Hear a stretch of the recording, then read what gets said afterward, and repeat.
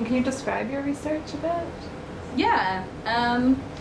So the couple of sentences that I would use to describe it in its current state, other than seemingly like always changing slightly, is I'm really interested in mental health, and I'm really interested in sexual and reproductive health, and how those two health domains interact with one another, and in particularly from the context of sexual and gender minority folks, how they experience their own mental health, sexual and reproductive health, and what factors influence those experiences for them, and mostly from like a social perspective.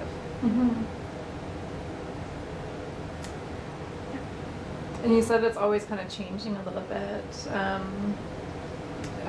Is there like how have you seen it change? Like more in sexuality in general, or then moving into more bisexuality, or? Yeah, I would say that's accurate. I think when I was working with Charlene, I was really interested in sexual pleasure. Like, I've always been really, like, positive psychology has been sort of another lens on my research, so thinking about how things aren't just, like, resilient or, like, getting better, but thinking about like what are truly positive, thriving experiences related to mental health and sexual and reproductive health for queer and trans people. So yeah, in undergrad I was really interested in like sexual pleasure and thinking about like in particular sexual pleasure for female identified people, and sort of like claiming that. And in grad school I ran like a brief like research study program evaluation type thing of like a pleasure-centered positive sex education curriculum for women on campus, and so that's kind of where I started from. And then I was really also interested in sexual fluidity at that time too, so thinking about like in the context of sexual pleasure, like what do people find pleasurable, how does that sort of like flex between lines of sexual identity, and how does that match and not match up with sexual behavior and things like that. So that's where I kind of started from, and then I don't know, I never really intended to start doing research in bisexuality and like non-monosexuality. I didn't really do any of that in undergrad, and then I got to grad school and I was trying to figure out a master's thesis project, and was just reading through lots of literature and started thinking about the idea of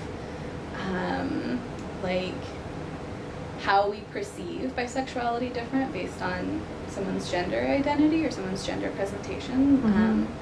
So thinking about like how performative bisexuality has influenced that perception for femme people, and how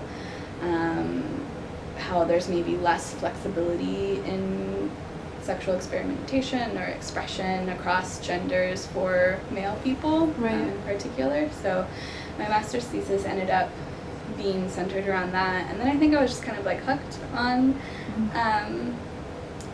looking into different aspects of bisexuality in relation to identity and how identity is perceived and portrayed. And so my dissertation started out like dealing with those same ideas and same concepts. And when I was doing a lot of literature review for that, thinking about how like sort of bi identity is supported and how it's not supported, I started stumbling into a lot of the literature that where a lot of it was really just starting to come out at around that time, around health and bisexuality in particular, and then like realizing like how many health disparities there are, and like how severe those health disparities are and how understudied they are. And I think at that point it just sort of like clicked for me. It was like this is like what I find not only engaging and important, but like being a member of bi community, just sitting there thinking like no one is like really looking at this, or at least not very many people are. Right. And if like I, as a bi person who has the like skill set that I've been trained for years and years to do Right. this work, like it almost felt unethical to not pursue it, to just be an advocate for my own community through research and through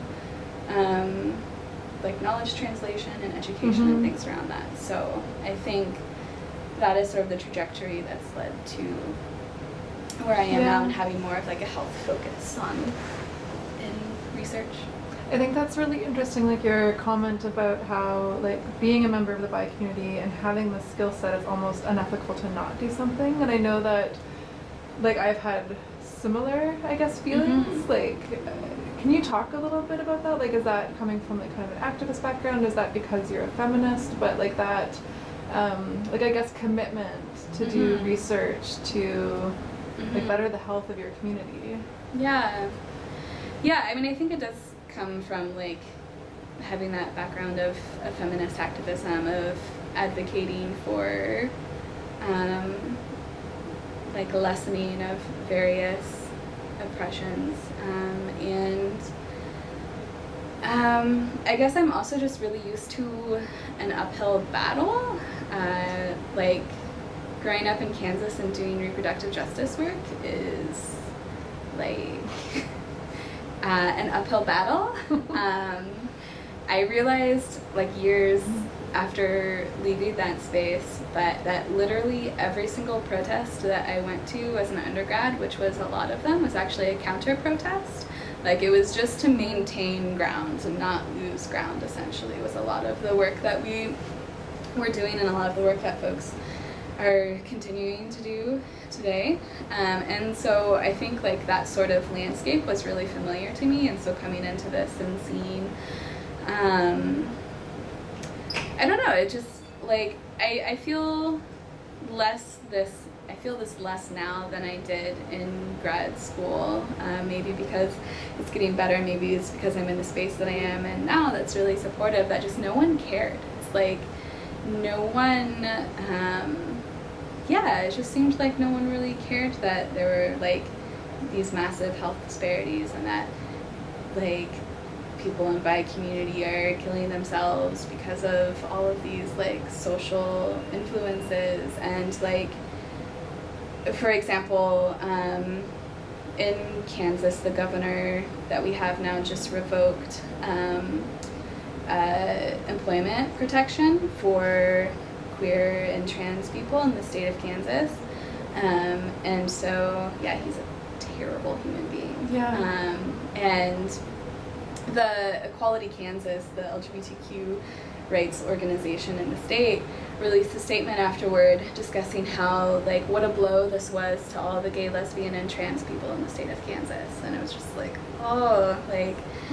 it still sometimes in some spaces seems like people just don't care. And so I felt that I guess just kind of a duty and an obligation, but not in like a negative sense, but like in something I want to do this work. I'm trained to do this work, and if so many other people don't care, or just like unwilling to recognize this as an issue, like someone, I don't know, like we need to stand up for one another.